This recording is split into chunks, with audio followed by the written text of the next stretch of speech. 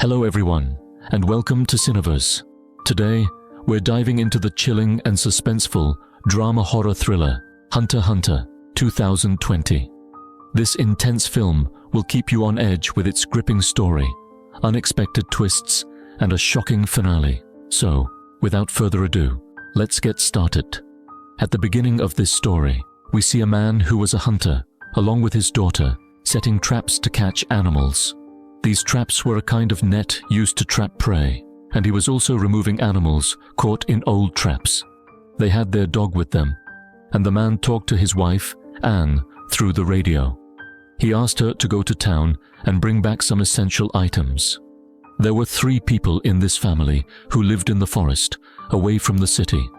They made a living by selling the skins of the animals they caught in their traps. They cooked the meat for food and sold the skins. This was their only source of income because, apart from hunting, they didn't know any other trade. Due to this, Anne's husband was also teaching their daughter how to hunt, but she was not yet skilled in this work. As the father and daughter were checking the traps, they noticed that an animal was missing from one of them. Seeing this, their daughter said, "It must be him. He has come back." She was talking about a wolf, which tells us that this wasn't the first time this had happened. Meanwhile, Anne took the animal skins to a store to sell them. At the store, Anne looked very upset because the price of the skins had fallen. She neither got a fair price for them, nor enough food in return. Seeing her problem, the shop owner told her that the skins of ordinary animals were only worth so much. If she wanted more money, she would need to bring the skin of a tiger. But even then, Anne was worried, thinking, "Where will I get the skin of a wolf?" She was also looking at some posters with great interest. One of them advertised a rental house and a good job. From her expression, it seemed that she wanted to buy a house and get a stable job, but for some reason, she couldn't. She didn't like hunting either. She wished they could live in town instead of the forest so she could send her daughter to a good school.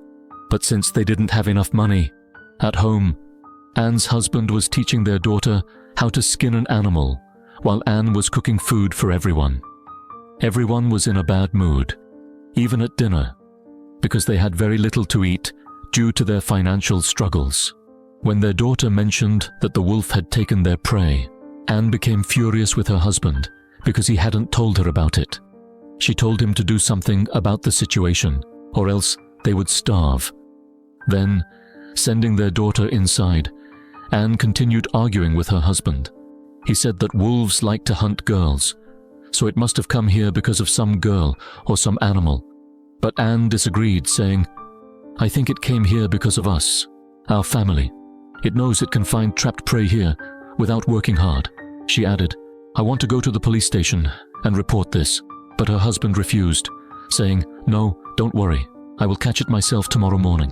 However, this wasn't their only concern. Anne showed him the same ad poster and asked, "How long can we live like this? If I take a good job, we can have a better life." But her husband refused, saying, "We can't do anything other than hunting. We don't know anything else." Later, they stepped outside, and Anne tried to make her husband understand. She said, "Look, you're not thinking about our daughter's future. You chose this life, and I chose it because of you. But our daughter didn't get a choice. Let her do what she wants. Right now, she should be worried about her studies, not about trapping animals. There are no people living in this jungle. This is not a wise way to live." But despite her words, her husband didn't listen. He said, "This is our life, and our future generations will live like this too, no matter what happens." On their daughter's insistence, he took her along, which Anne didn't like at all. She spoke to her husband over the radio, and he said, "Like I realized it was a sheep. If the time for hunting comes, I will send her back." Soon, he saw fresh wolf tracks, realizing the wolf was nearby. He explained everything to his daughter and sent her back, telling her that he would return by night. He also reassured her not to be afraid or panic. However, as she walked back, terrifying sounds came from the jungle, making her even more frightened. At the same time, Anne was also feeling uneasy. While returning home after fetching water from the river, she sensed that someone was following her. She became scared. The same thing was happening with her daughter.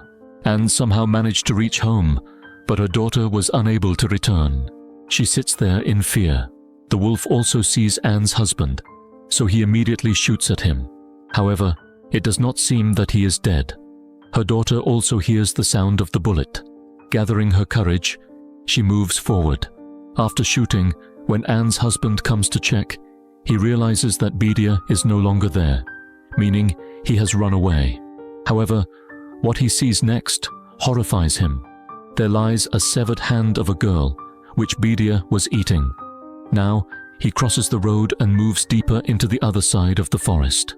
As he advances, he is left stunned and terrified.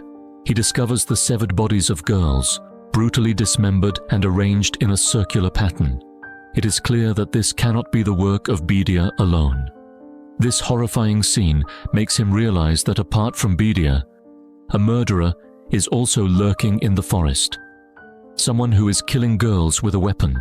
This revelation terrifies him even more, because his family is now in grave danger. He believes he can handle the wolf, but dealing with a dangerous murderer will not be easy. Upon returning home, he sits quietly, lost in thought. His sleep and hunger vanish as fear grips him. He does not tell his family anything, not wanting to scare them. However, deep inside, he knows that he himself is on the brink of death. He is ready to do anything to protect them. The next morning, when Anne wakes up, she finds her husband missing. He has gone back to the same place where he saw the bodies of the girls. He had told Anne, "Even if I have to stay the whole night to find the wolf, I will stay, so don't worry about me." However, in reality, he is not looking for the wolf. He is searching for the murderer. Later, when Anne and her daughter are at the riverbank, her daughter notices that their dog is missing. She sets out to look for him, but suddenly, the same wolf appears before them and starts moving toward them. Seeing the wolf, Anne immediately starts screaming. This is the first thing that comes to her mind, and luckily, her idea works. Bedia runs away, allowing Anne and her daughter to rush back to the house without wasting any time. However, their dog is still outside. Determined to find him, Anne takes a gun and sets out in search of him. Eventually, she finds the dog, but he is already dead, killed by the wolf. The sight of her lifeless pet fills her with grief and pain. She returns home and tells her daughter that the dog has not been found yet. She lies, saying, "When your father comes back, we will look for him." She hides the truth about the dog's death to prevent her daughter from feeling scared or realizing that their lives are in danger. At this point, the movie's title, Hunter x Hunter, begins to make sense. This hunter family is trapped between two hunters, both of whom threaten their lives.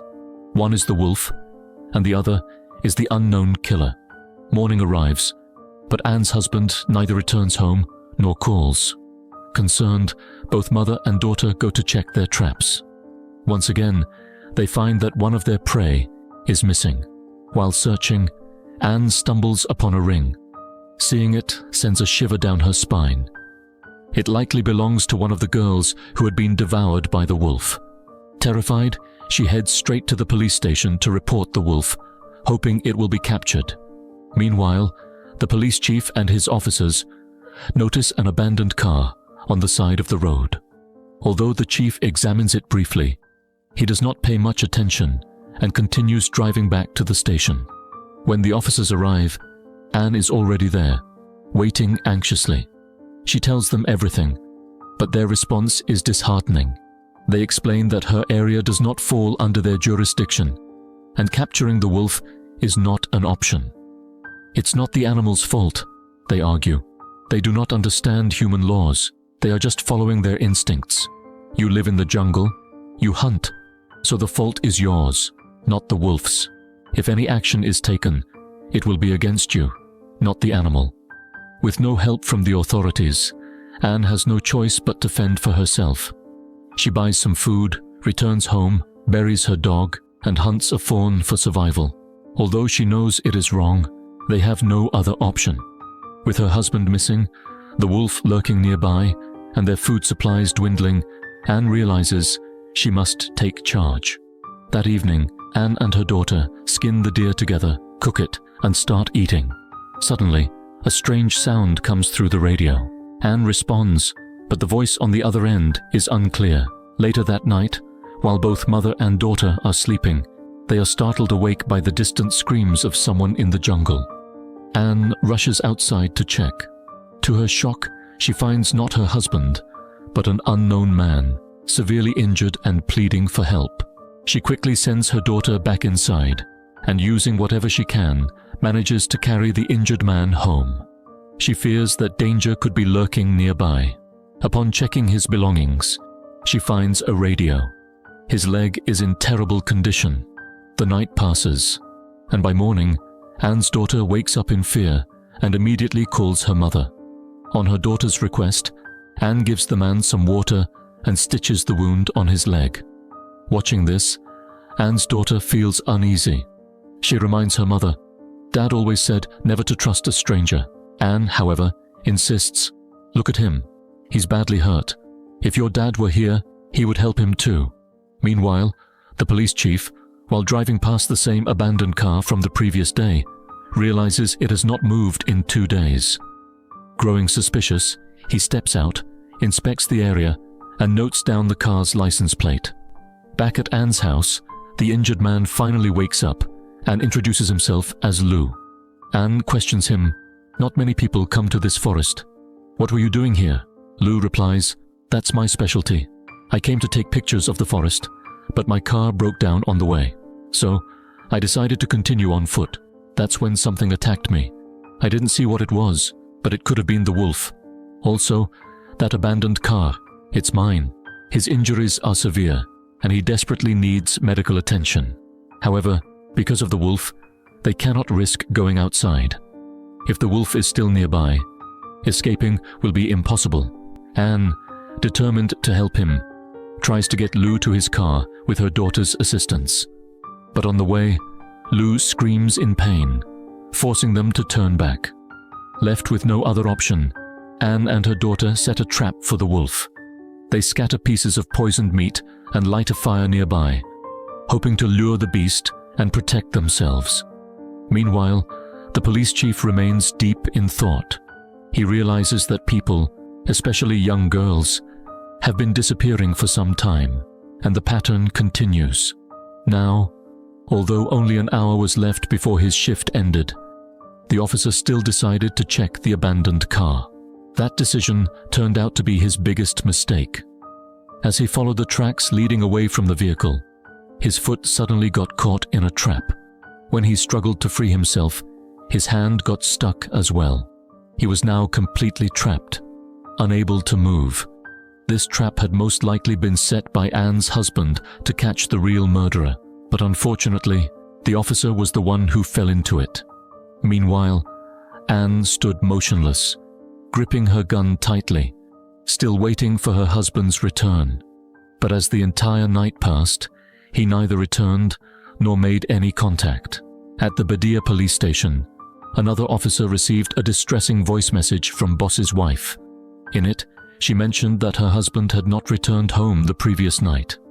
The officer immediately tried to reach Boss through the radio, but there was no response. Growing concerned, she left the station and headed towards the location. Back at the cabin, Anne could no longer sit and wait. She took a map and set off to find her husband. While searching, she came across a rabbit caught in a trap. As she reluctantly carried on, her radio suddenly picked up some movement, causing her to quicken her pace. And then she froze in horror. Lying lifeless on the ground was her husband's body. Tears welled up in her eyes as she broke down, crying uncontrollably. In that moment, everything became painfully clear. Her husband was not killed by the wolf. It was Lou. Lou was the murderer. He was the same man responsible for killing all those missing girls. Anne's husband must have discovered the truth, but before he could do anything, Lou killed him and fled. However, her husband must have put up a fight because Lou was badly injured, and Anne, unknowingly, had brought that very murderer into her own home and saved his life. Panic surged through her veins as she raced back home, her only thought being to protect her child. Meanwhile, the officer who had come searching for Boss finally reached the scene.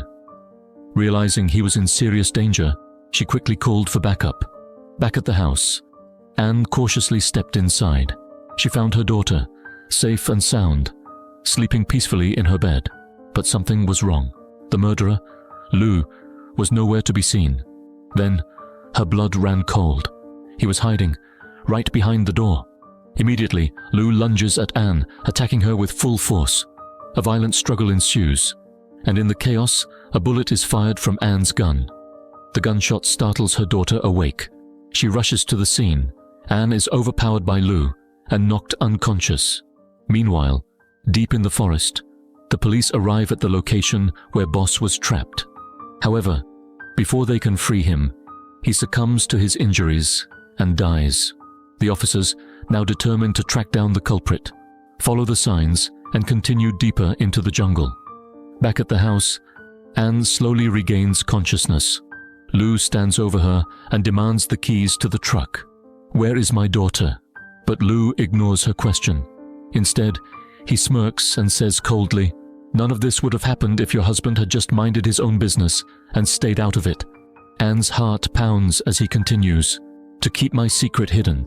First I killed your husband, and now I'll kill you too." Without remorse, he burns all of Anne's belongings, reducing her past to ashes. Then, he moves toward her, his intentions clear. But before he can harm her, Anne seizes the moment. She traps his mouth, struggles free, and fights back with all her might. She grabs a nearby object and strikes him hard, knocking him unconscious. She stumbles into the next room, and what she sees there shatters her completely. Her daughter's lifeless body, determined to exact revenge, Anne drags Lou's unconscious body and hangs him by a rope. She puts on her headphones, drowning out the world with music, as she begins her brutal act. With the precision of a hunter, she starts skinning him, piece by piece, just as one would an animal, because that's exactly what he was.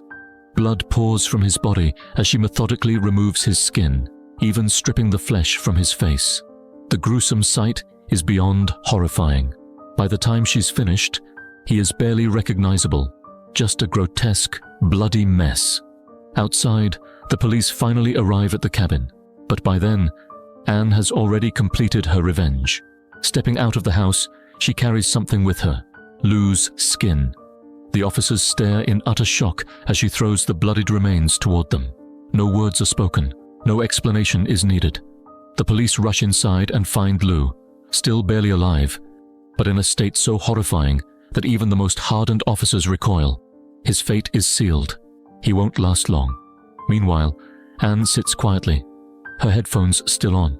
She listens to her music, lost in her thoughts, until suddenly, a memory of her family flashes in her mind. She stops the music, and with that, the film ends. I'd love to hear your thoughts on the video in the comments below. Don't forget to hit that subscribe button if you haven't already. If you enjoyed it, make sure to share it with your friends. Thanks so much for watching, and I'll see you next time. Goodbye.